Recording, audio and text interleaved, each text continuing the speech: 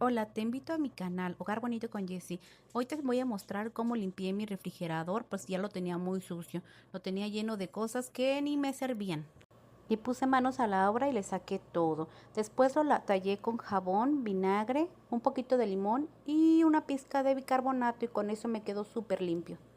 También lavé todos sus accesorios, esos los lavé en el patio. Los puse primero a remojar con una cubeta de agua y después los tallé también. Y después también limpié mi refri por afuera.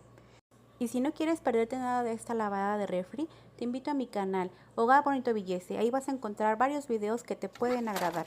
Nos vemos, hasta luego, bye.